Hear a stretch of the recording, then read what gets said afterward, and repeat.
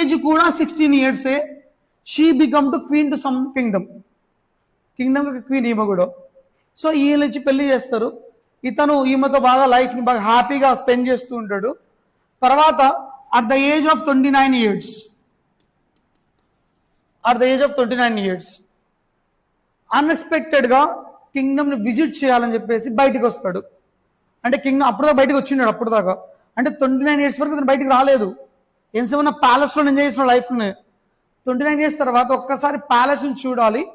Why because ఎందుకంటే Shuddhodana announcement చేసిందట ఇతనికి, నెక్స్ట్ నువ్వే కింగ్ అవ్వాలి. అప్పుడు తన క్వశ్చన్ అడుగుతాడు, నేను కింగ్ అవ్వాలంటే నాకు లోపల తెలిసి బయట తెలియదు కదా. So I want to roam entire our kingdom. తిరిగి వస్తాను అంటే సిద్ధార్థని ఓకే శుద్ధోని చెప్పాడు, ఎస్ గో అని పంపించి ఇతను ఎవరితో వెళ్తాడు సిద్ధార్థ అంటే తన రథం యొక్క డ్రైవర్, రైట్, అంటే చారియట్ డ్రైవర్ మా ప్లస్ ఇతని యొక్క హార్స్. ఆ డ్రైవర్ పేరు చెన్నా అండ్ ఇతని హార్స్ పేరు కంతక.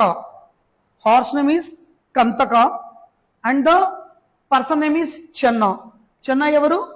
చారియట్ డ్రైవర్, రథాన్ని నడిపే పర్సన్, రైట్. ఇతనిచ్చి పంపిస్తారు. ఇతనిచ్చి పంపించిన తర్వాత ఇతని కింగ్డమ్ ఒక్కసారి విజిట్ చేసేటప్పుడు ఇతనికి కొన్ని 4 ఇంపార్టెంట్ ఇష్యూస్ కనబడతాయి.